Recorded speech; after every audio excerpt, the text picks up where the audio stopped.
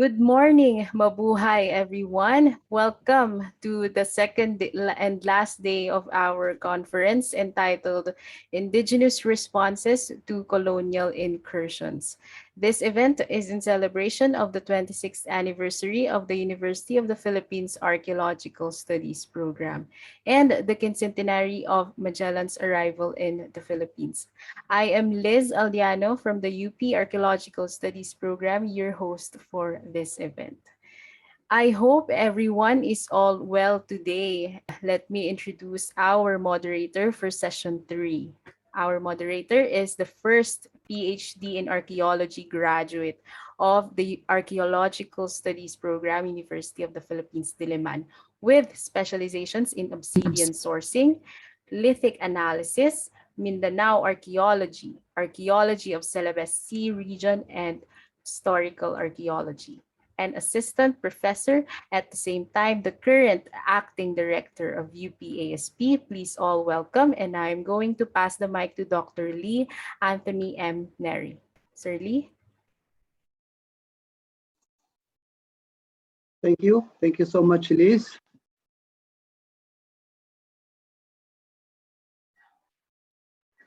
Okay, good morning, everyone. Welcome again to our 26th Archaeological Studies Program anniversary. Thank you so much. Thank you so much for joining us in this activity. So, we are now on our second day, starting with our third session. Our first speaker for this session is architect Michael Tabao. Architect Tabao received his bachelor's degree in architecture at the University of St. Louis, Tugegarao in 2015. Since then, he has been practicing his profession. In 2020, he is a Certified Safety Officer 2 in Construction, Occupational Safety, and Health, and a Certified Safety Officer 3 in Loss Control Management with Hazard Identification, Risk Assessment, and Control. Architect Tabao is currently a faculty at the College of Architecture at the University of St. Louis, Tugegarao, and at the same time, he is pursuing his master's degree in architecture at the Mapua University Graduate School of Architecture. He is also affiliated with the United Architect of the Philippines and the Cagayan Heritage Conservation Society. So without further ado, let us hear the talk of Architect Tabao entitled Cagayan, Chessboard, Mapping and Visualizing the Rise and Fall of the 18th Century Spanish Fortification in Cagayan Valley. Architect Tabao. Thank you all for that wonderful introduction. It seems that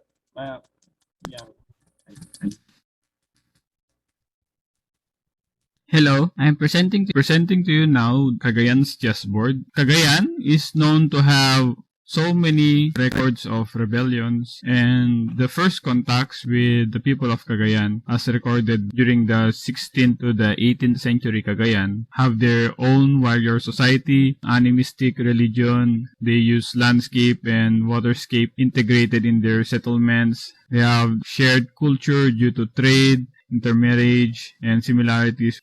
The Baxter Codex in the 1590s depicted and wrote the first contacts with the Cagayanos, with their warrior type society, and their counterparts of the Cordillera was recorded by Lozano in a graphic form along the Igorots of Mayoyao in 1847, which has a similarity in their headhunting activities. Also, in the very recent publication by Coballes and De La Cruz this year, the social structure of the Cagayanos, as analyzed by them in using historical texts, the Cagayano has their own warrior-type society. We have the Urayan or the chief, the Patul, someone that dominates several ili. We have the Kamaranan or the nobility, the mengal or the warriors, the kailyan or the ordinary townsfolk, the kobung, the mangalu. These are the servants and laborers, and the aripan or slave.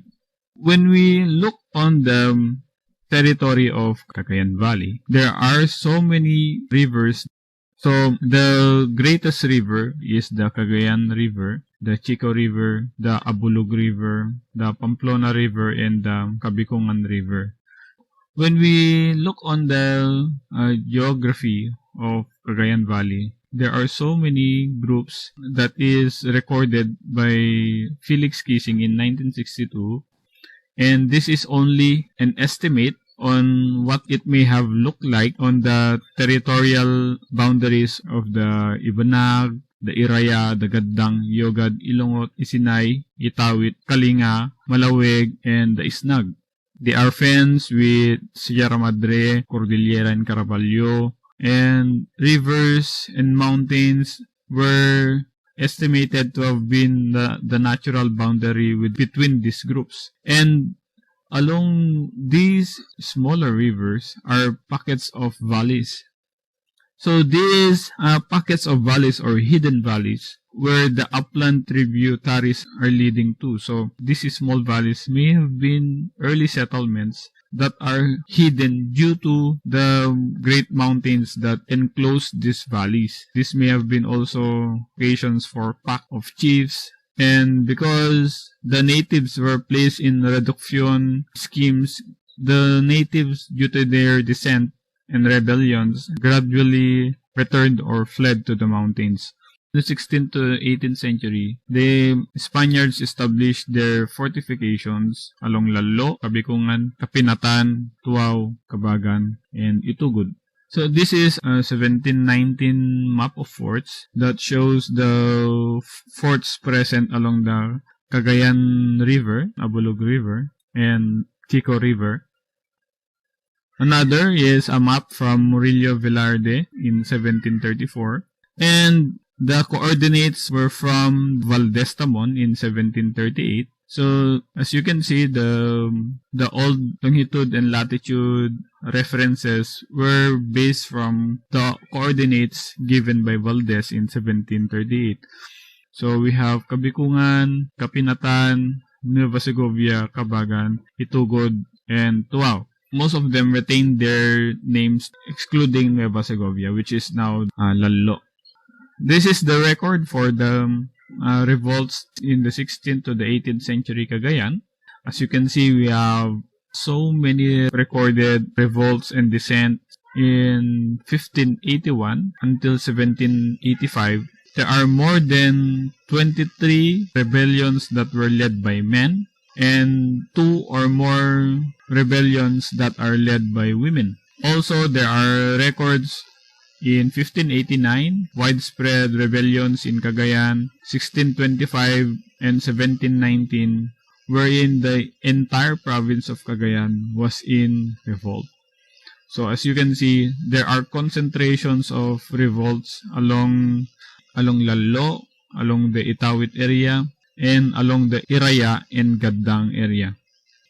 As you can see, the timeline based on the previous map is that the first 4 decades of contact with the Cagayanos have so many rebellions that were recorded. But from 1625 to about 1718, there are 2 separate revolts in Kabikungan and Kabagan. So in this period, we can say that this is an opportunity for the construction of the fortifications, which is recorded in the historials of Cagayan. So we have Kabikungan and Kapinatan that was built in 1633. We have Kabagan, we have Itugod, and we have the Tuaw Fort. So we can say that Tuaw Fort may have been built during the 17th century, during this period, because it was mentioned in the 1719 Cagayan map on the fortifications. As we can see in this 1738 report by Don Fernando Valdez Tamon, the Governor General for 17 1729 to 1739. It reported the location, the building condition, the detailed plans, the inventory, and the stuff that is related to the first 6 forts of Cagayan. So these are the architectural interpretation visualized by SketchUp. So in the architectural interpretation, we need a reference. So this is what we just saw in the previous slides from Consejo de Indias in 1719, the outline of Lalo Fort in 1719, the detailed drawing of Valdez in 1738, which have its scale in Brasa. Also, we have the report in Archivo General de Indias in 1753 about the Lalo Fort. And also, there is a strong possibility that these drawings shows references to the Ibanag and Itawit architecture during this time. So, the Spaniards used the local architecture in their fortifications during this time. So, as a reference, this is the depiction of Lozano in 1847 of a typical Cagayan house during this period. So, we can say that the local architecture was used in military architecture. So, first is Lalo, the San Francisco de Nueva Segovia. The Spaniards named their fortifications with saints. So the strategic value of Lalo Fort, which is also called the City of Spaniards, the pacification of the Banag, the civic building of Cagayan, and source of war supplies and infantry. So this was built around 1581. The ruins as of today has its alleged location in Lalo. So among the 6 forts, it seems that this is the only fort that is based on the European model of military architecture. So the estimated area is 3,011 square meters, but including the moat, it is 6,879 square meter. And due to the transfer of the seat of Diocese of Nueva Segovia to Vigan in 1758 led to the depopulation, lesser government support, and disuse of the fortification. It has also a history of ransack and mutiny. The second is Tuaw, San Pablo de Tuaw Fort. The strategic value of the Tuaw Fort is the pacification of the Tawit, the Malaweg, and the Kalinga, and others along the area. This fort is mentioned in 1718. The estimated area is 1,197 square meters, but it is too far from reinforcements. This fort imploded due to tribute collection abuse, so the officers themselves caused mutiny in 1719. And due to the importance of the fort and the location, the Comandancia de Itaúes continued to be recognized until 1898, according to old maps and historical records. We have also Cabagan Fort. The strategic value is the pacification of the Iraya and the Gadang. This was built around 1646. The estimated area is 1,989 square meters. Due to continuous descent of the natives and rebellions, it gradually been depopulated and the natives fled to the mountains. And by 1738, the fort was already demolished and the garrison transferred to Kabikungan Fort. Kabikungan Fort, or San Jose de Kabikungan, is the northwest entrance of Cagayan, and its importance is due to the cargoes that it receives from ships and the pacification of the natives. This is built in around 1633. The estimated area is 1,682 square meters, and it's too far from reinforcements. Also, we have the history of ransack of the Kabikungan Fort by the attack of the Isnegs in 1661, the Isnegs of Calanasan, Apayao. Another fort that is situated in the Apayao area is the Kapinatan, a fort along the Fotol and Kapinatan missions along the Bulog River, and is designed for the pacification of the Apayaos of the area. It was built about 1633. It was finally abandoned in 1769. It was too far from reinforcements and the population transferred downriver. It has its own share of history of ransack by the Isneg headhunters. We have also the Itugod, which is the southernmost fort along the Iraya, Gaddang, and Katalangan area, which is built about 1678. By the year 1700, the people called Kaliring transferred to Ilagan, and in 1740, the Itugod was hampered by a smallpox epidemic, and it created the population of the area. So, by the 18th century, we have here the Dominican missions that spread throughout the Cagayan Valley, and one of the most important figures of the second half of the 18th century was Fray Antonio Labato. He arrived in 1753 in the mission of Itoy. In 1761 to 1767, he built the Tugegarao Cathedral along here. It is known that the Irayas were fierce people, but during Fray Lobato's time, he managed to complete the cathedral. So to review what happened during the 16th to 18th century of pacification of Cagayan Valley using military action. So the colonizers have imposed the burden of tribute payment and government services, the threat of Christianizing, thereby damaging the existing animistic religion. Also, due to this conversion of other natives, the other natives refused to trade with native Catholics, and Spaniards cut off cane trees, which is also an insult to the drunkards that make wine out of sugar cane. The natives' response to these colonial actions is that even if they resettled in a reduction settlement, they burned their own villages and fled to the mountains. They pillaged churches and forts. There is this order and revolt cycle as a response. Their non-Christian descent and the implosion of native military officials rebelled against the government.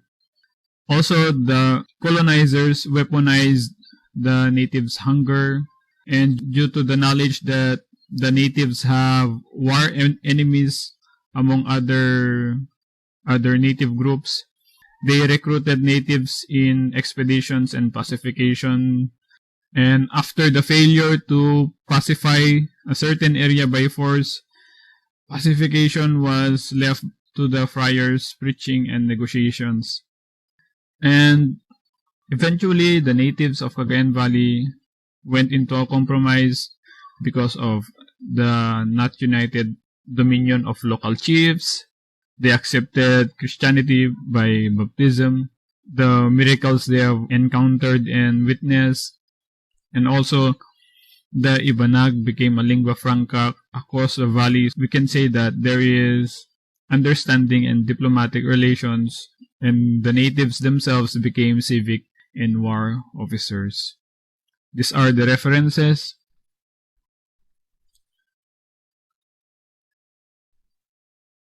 Thank you so much. Thank you, Architect Tabao. That was a very nice presentation, and for sure, everyone has a lot of we have a lot of questions for Architect Tabao. No? So we will entertain your questions after we are done with our second presenter. So from Cagayan, Cagayan North, we will proceed to Cagayan South. No? Our next speaker is Miss Agnes Paulita Roa. She was a member of the Cagayan de Oro Historical Commission from 1998 to 2005. She was the first curator of Cagayan de Oro Museum from 2010 to 2015. Currently, she is a member of the Kapisanan ng mga Archaeologists ng Pilipinas Incorporated, or otherwise known as CAPI. CAPI is the Professional Guild of Archaeologists working in the Philippines.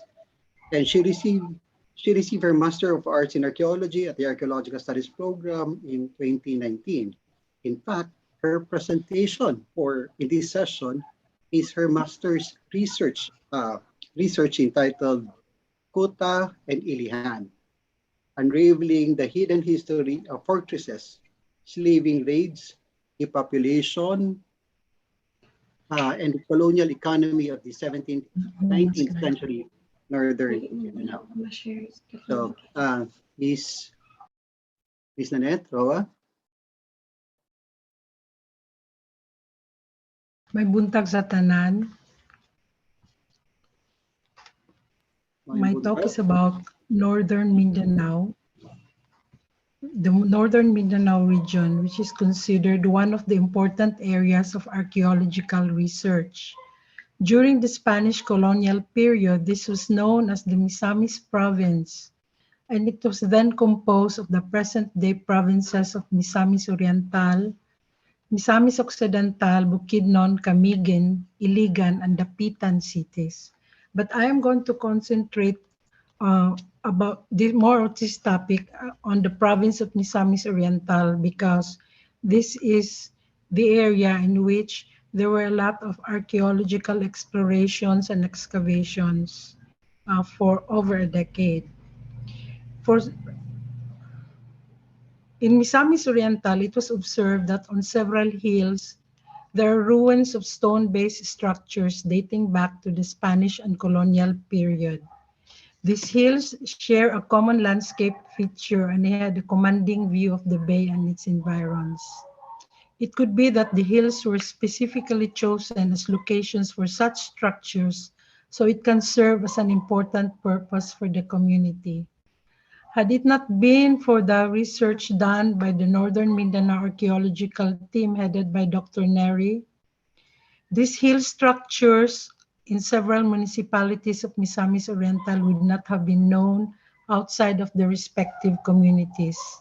For many decades, local residents ignored them and they were considered of little cultural value. In fact, two of the sites are presently planted with corn and fruit trees and heavily looted by treasure hunters. Archaeological excavations were conducted on the three hillsides of which I was fortunate to be a part of the team, and this made me decide to make it as my basis for my thesis. To my knowledge, local historical sources made no mention of any hill structures in the province, only watchtowers, though some residents claim that according to their oral tradition, the hill structures were used for religious purposes as a defense against slave raids and as a refuge for the people.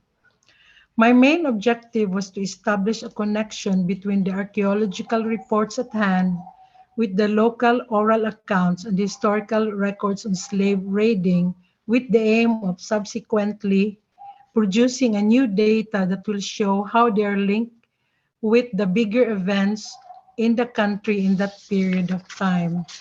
So I'm going to touch about slave raiding, which I have included in my thesis because this was very important in understanding my archaeological interpretation of the hill structures.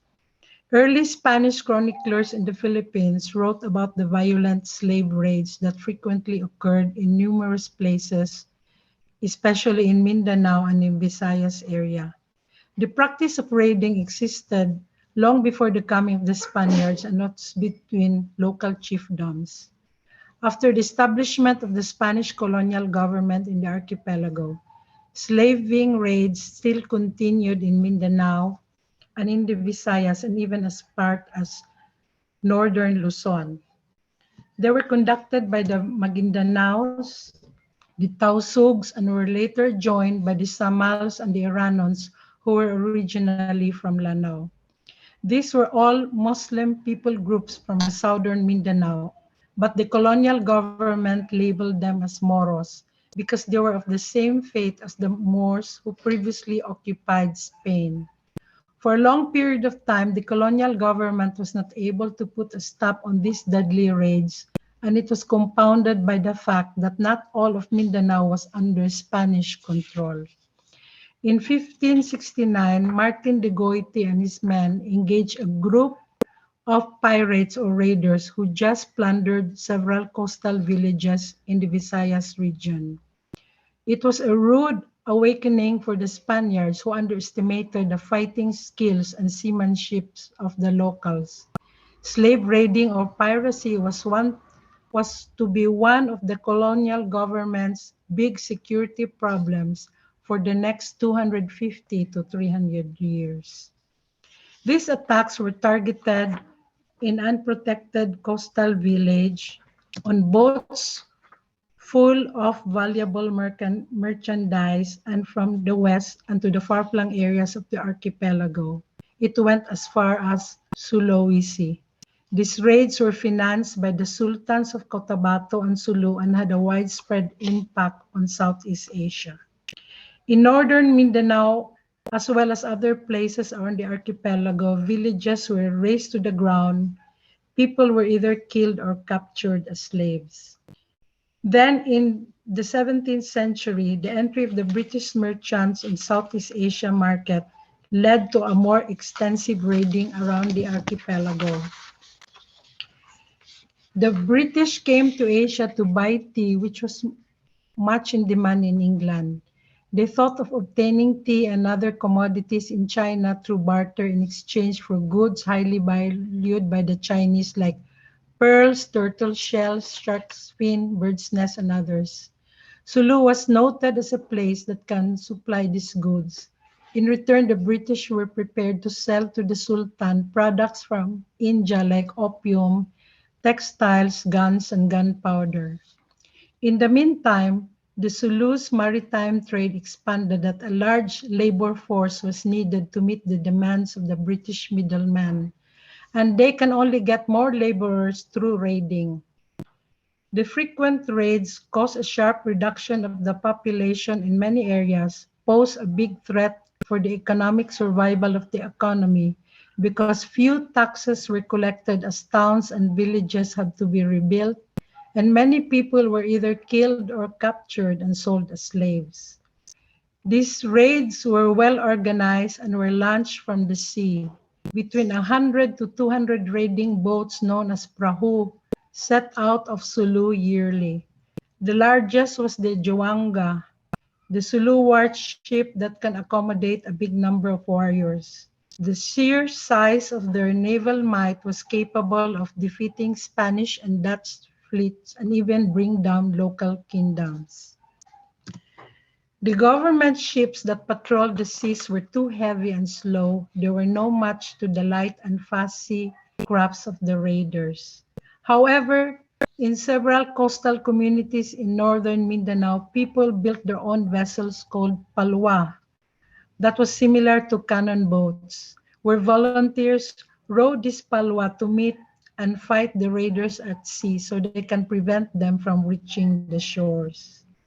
In order to protect the economic interests of Spain that was under the constant threat of slaving raids, the colonial government in 1730 built military forts, bastions, and watchtowers across the archipelago under the administration of Governor-General Fernando Valdez Tamon.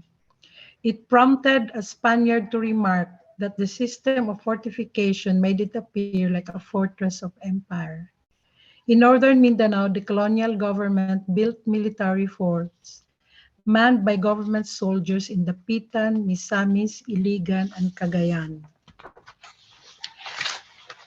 Depopulation, which for me was a very traumatic thing that happened in northern Mindanao in that time. From 1775 to 1848, it was estimated that 750 to 4,000 individuals a year were taken captives from the Philippines alone.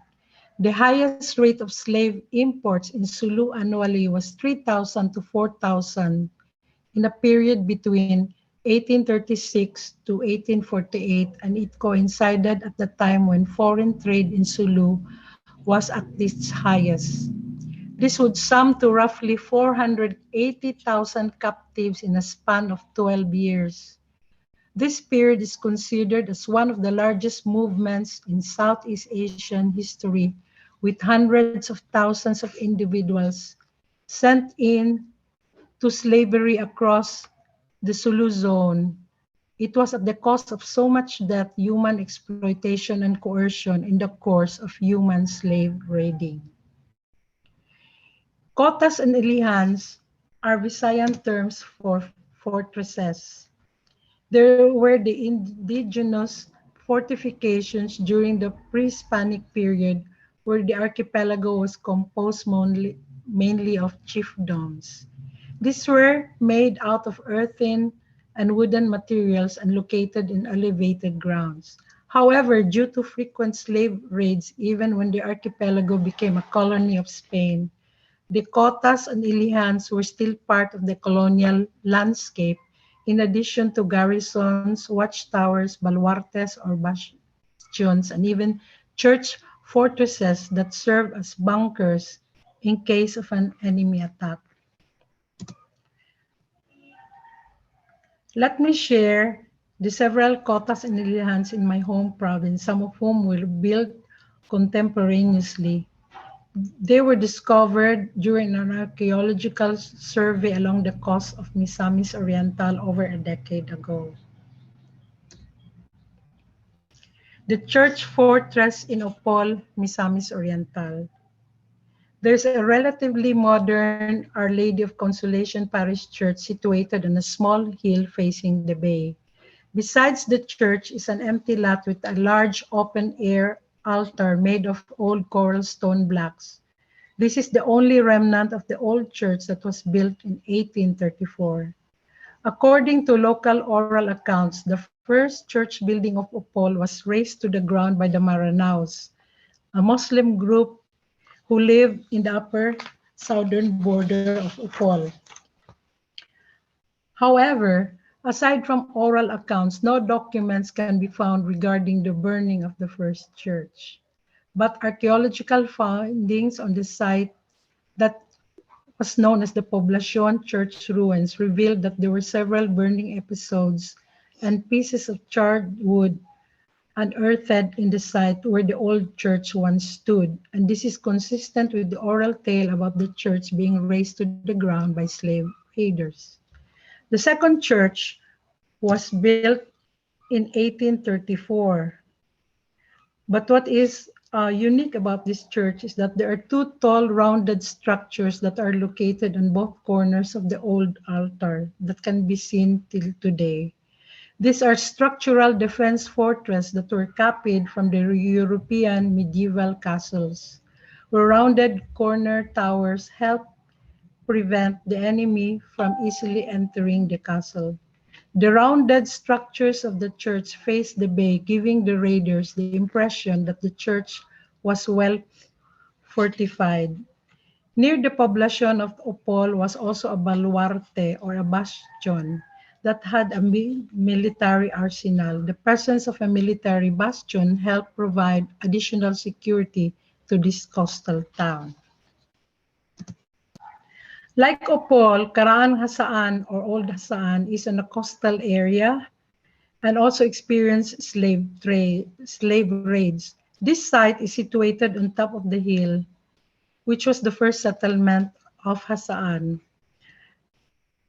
There is a crumbling watchtower that the locals call the Cota. This structure is circular in shape with about a meter thick walls made of coral stone blocks and tiny windows around it. This type of windows serve as arrow slits or embrasures, and it was for the defenders to shoot arrows at the enemy within the protective walls of the Cota. Despite of an extensive data on the pre-Hispanic and Spanish colonial fortress in the country by Jesuit historian Rene Havillana, there are still other fortifications waiting to be discovered.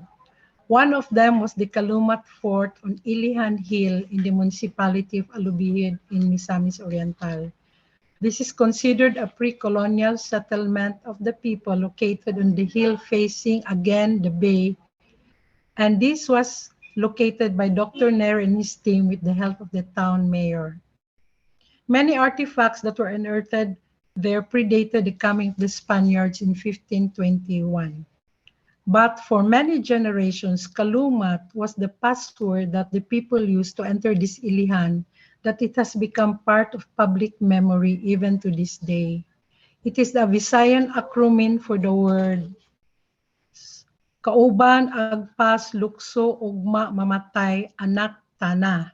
Loosely translated in English, it means companions, faster, jump, else tomorrow we might die. Children, let's go.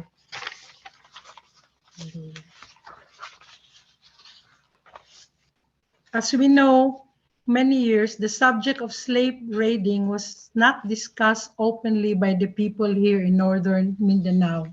However, there exists to this day a moderate to strong amount of prejudice by the majority of the populace against the Moros, though no one could adequately explain how it came about. It was because there is a part in our history that was hidden from us, the history of slave raiding. These raids went on for over 250 years, where there were reports of villages and towns that were plundered and burned.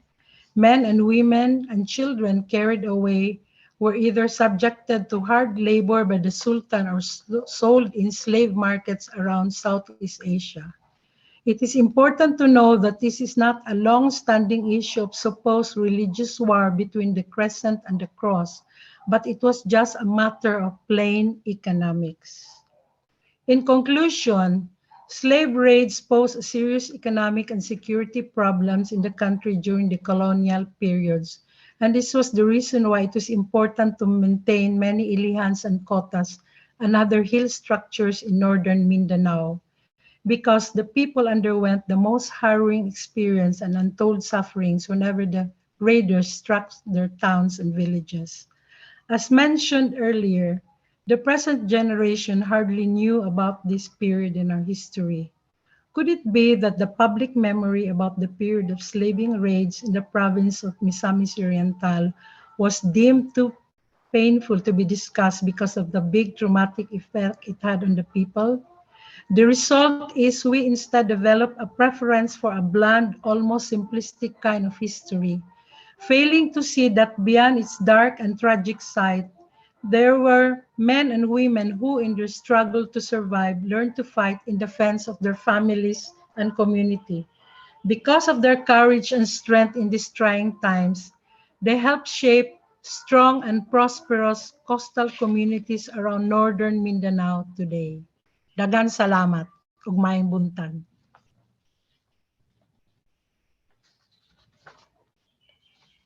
Wala ko'y references. Thank you. Thank you, Ms. Nanette. That was a nice presentation showcasing all the different ruins along northern Mindanao.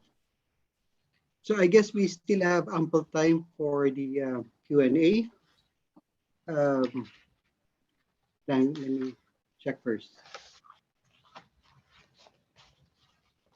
Okay, we have a request from Dr. Grace Barreto Tesoro addressed to Architect Michael Tabao. May I request a copy of your presentation, your paper? This is still a working paper po, but the fortifications have their own paper, so we can send in the email po. She can email me po, si Dr. Yeah, you have your Yes. email address, right? Thank you. I already emailed Architect Tabao. Okay. Okay.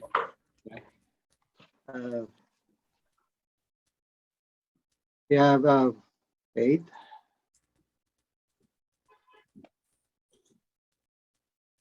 Again, a question addressed to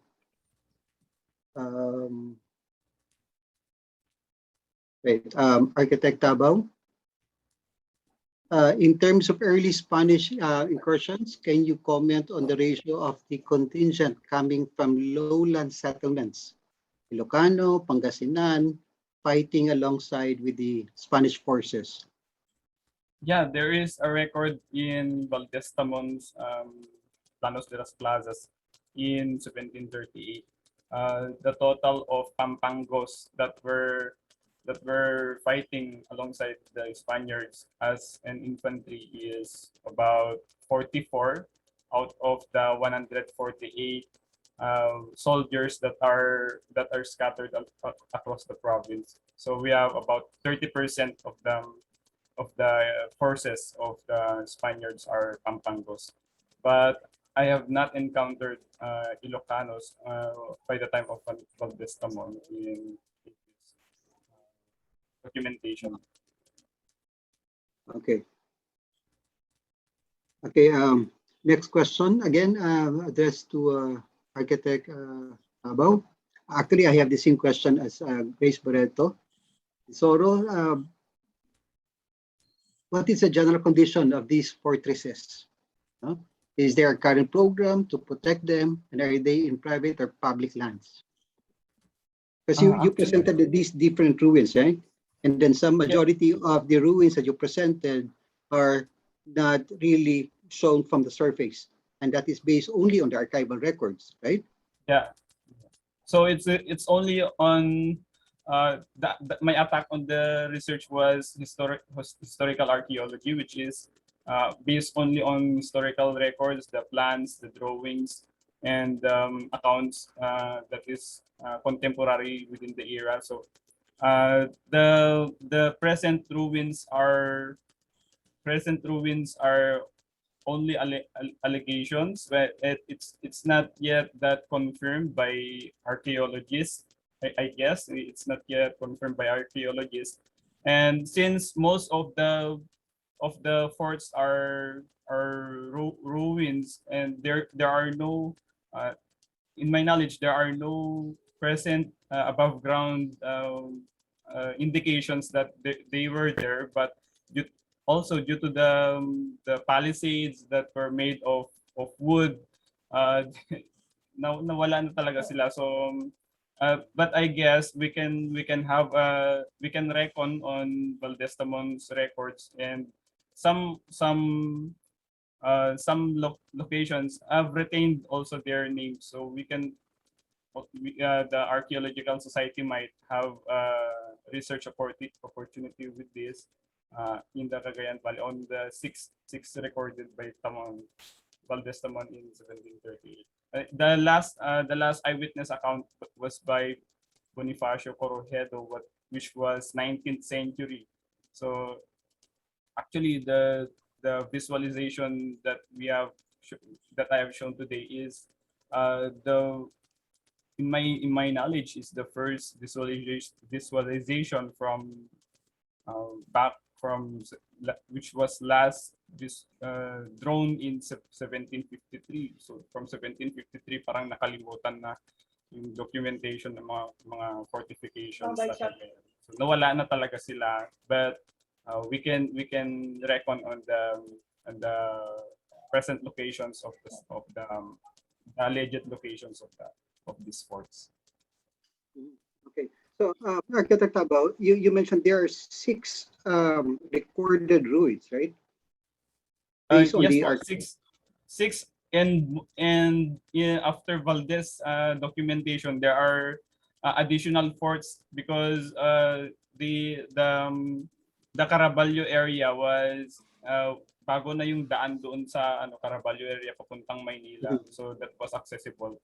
Meron so ilan pa nadagdag aside sa kay Valdez? Come on. Hindi ko na kayang may dagdag kasi what we lack is the drawings, the detailed drawings, but in the historical accounts they were there sa halimbawa sa Vizcaya, etc. So yung record lang na yung may estimate the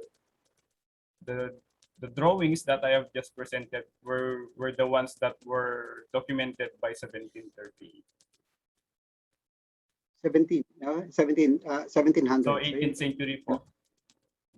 Oh yeah, 18th century, 1700. Right? But the thing is, from these out of these recorded ruins, ilan yung nag-verify nyo?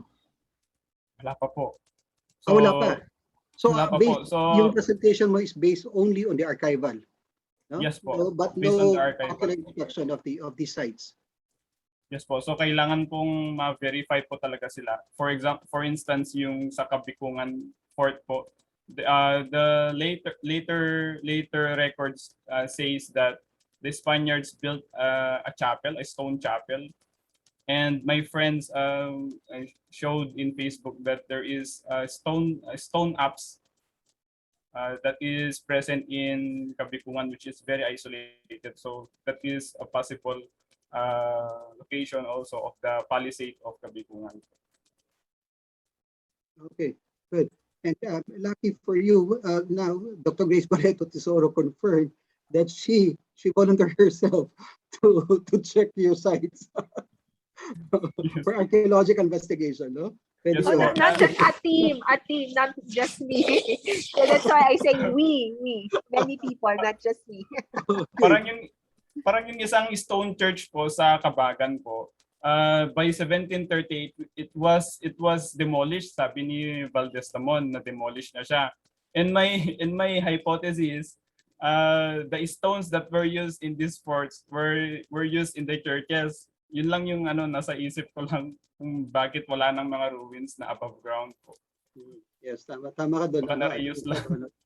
Yeah. I guess this is the beauty of archaeology and history, no? Kasi based on history, you technically got all your sources from the archival records, and archaeology is based on the physical evidence. So archaeologists, that's why Dr. Grace Barreto Tesoro, she tried to, ASP in general, that we are willing to investigate, no? To see the truth or the veracity of these historical records. No? If we can prove archaeologically that they exist, then maganda yun, no? Maganda yun. Yes, Magko-combine yung magko-correlate yung archaeological records and then archaeological evidence. Okay? Yes po. So kumbaga, since they were documented in detail, may kay Valdez Tamon nga rin po may they were drawn in detail na meron pang yung measurement ng braza doon sa sa scale niya. So we can say that it once existed pero kailangan pang i-verify kung Okay. meron pa silang ruins. Yeah. Okay. So that's very nice because these are, again, you presented based on the historical records. And this is the irony in the northern part, in Cagayan South, because majority of these ruins were not recorded. And these were all discovered based on archaeological reconnaissance or archaeological survey. We have here a question from Dr. Nicolas. We have for Agnes, Paulita, Roa, in your map, are there no routes along western shores of Luzon? Wala po. So okay, sorry. In the 1719 map po ng survey, which is complementary to a complaint letter because Cagayan it has a widespread revolt in Cagayan. So wala pong western shores po na nakita po. The earliest it seems that the earliest is referring to Cagayan is the detailed drawings of Murillo Velarde po. And in 1690 there is also a Cagayan map, but it doesn't depict the western side. The area of interest is the Cagayan River, which is very long. Nanette, you want to comment on that?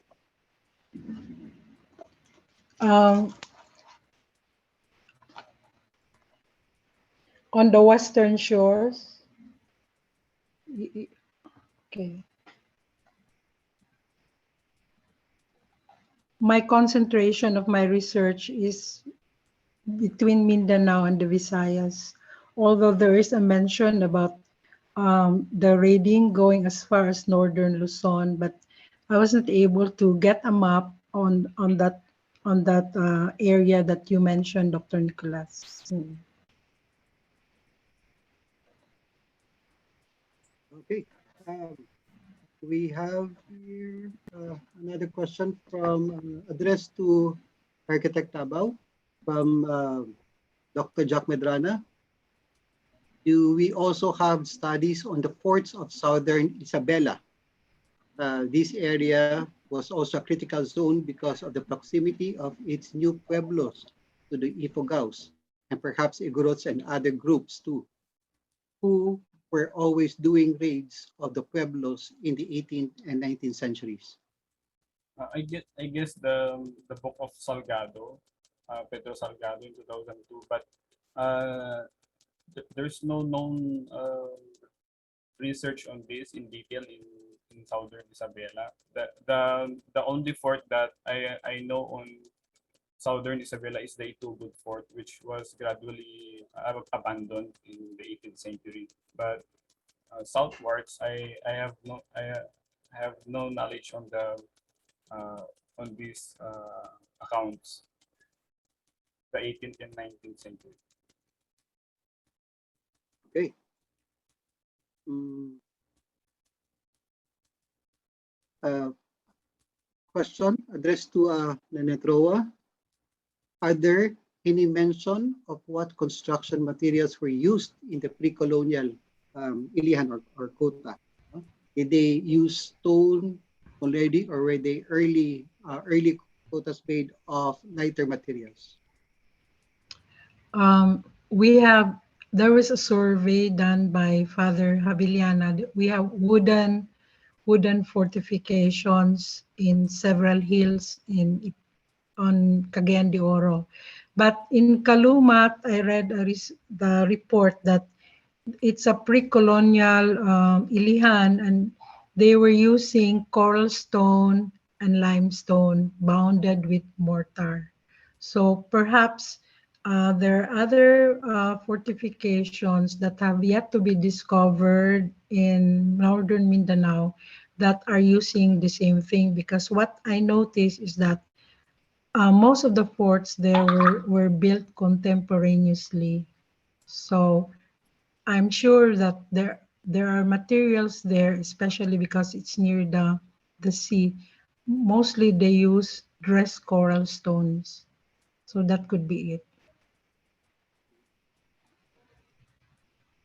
These are dressed coral stones were used by the early Recollects, right? Yes, early recollects, but I was able to read a report that before the recollects, before the Spaniards came, they were also using dressed coral stones in the fortifications in northern Mindanao. So bakit hindi sila gumamit ng adobe? I have no idea. That could be. I don't Because think I that guess material technically is it's more in the resources. abundant in. Yeah, Yeah. what resources and the abundance of the raw materials used for the constructions. Because we know Yes. for a fact that the Recoletos use light corals ang ginagamit nila doon. Because majority of these ruins are all located along the coasts. And when the Jesuits Yes. came, the raw materials were technically, or it was replaced using bricks. Kasi meron na silang Yes. technology on baking bricks as compared to the early Recollects. Yeah. Yes. Okay, please bear with me because I'm having a hard time checking on these. We have questions again for Nanette. No? How are these structures protected now? What are the efforts of the LGU and other private groups to protect them?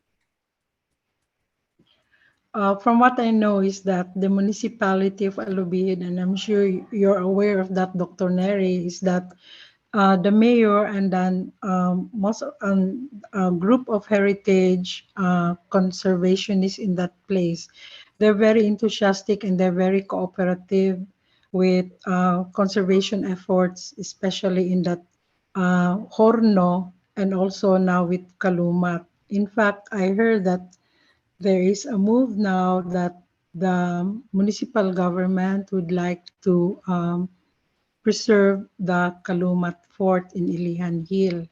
But other than that, like I was being a former assistant tourism officer of Cagayan de Oro, I was able to talk to the present regional director on tourism, because some of these LGUs, they're not really interested. They're more interested in what we call adventure tourism, like, um, kayaking and all that. So I presented to them a report on the findings that we had in, especially in Hasaan and other places. But they set it aside. They're not really that, as I said, they're not really that interested. So I hope, because there is another group that's going to form a heritage conservation uh, society in Misamis Oriental, and they're inviting me to be a member of it. I hope we can come up with something, because these hill structures are really important to us, historically speaking. And what is very nice is that we already have archaeological data to go with it. So I'm crossing my fingers that this time something concrete is going to happen with this new heritage conservation group. Okay, thank you. Thank you, Nanette. So we have uh, a question addressed to Architect Tabao. Weren't these fortresses failed settlements already during the colonization, which is why the vegan became the center in the north because the Spanish failed in Cagayan? You want to comment on that, Architect Tabao? Yeah, that's a big possibility. And one thing more, the Nueva Segovia, the Ciudad Nueva Segovia, the diocese, transferred to vegan because of the proximity to Manila. So mas malapit ang vegan sa Manila. Isa sa pumunta sila sa Cagayan Valley na maraming matatapang na natives.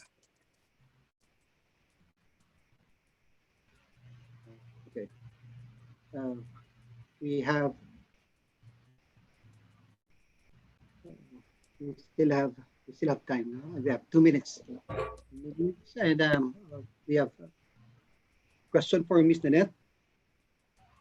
Do you have any idea of the size of the population supported by these fortified communities? This question As I raised by said, how? sorry. Cecilia? I did a research on that, but then because of the constant raiding, and because, as I said, there were people that were either killed or kidnapped, you don't really have. I think that in northern Mindanao there were around 100 to 150,000 number of people in northern Mindanao, and that's spread in what is now the present day provinces, 5 provinces in northern Mindanao. At that time, there were 100 to 150,000. I got that before in research, but then again, you cannot. It is unreliable because of the constant raiding that was happening, especially in key villages and towns along the coast.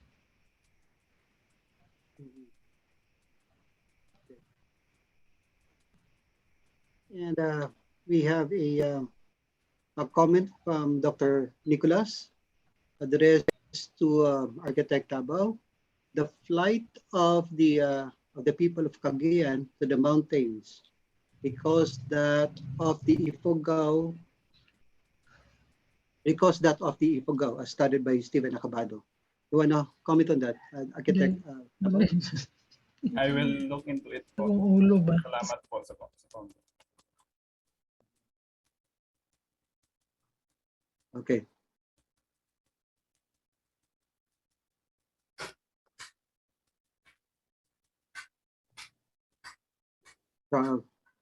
Okay, so I guess we have no more questions to entertain by our presenters. This ends our session 3, and thank you everyone for attending this conference. Thank you. Thank you po. Thank you to our speakers also, the Architect Tabao, Michael Tabao, and Ms. Nanette Paulita Roa. Thank you. Thank you po. And that ends session 3 of our conference. Thank you so much, Dr. Neri, and to our speakers, Architect Tabao and Ms. Roa, for a very interesting session.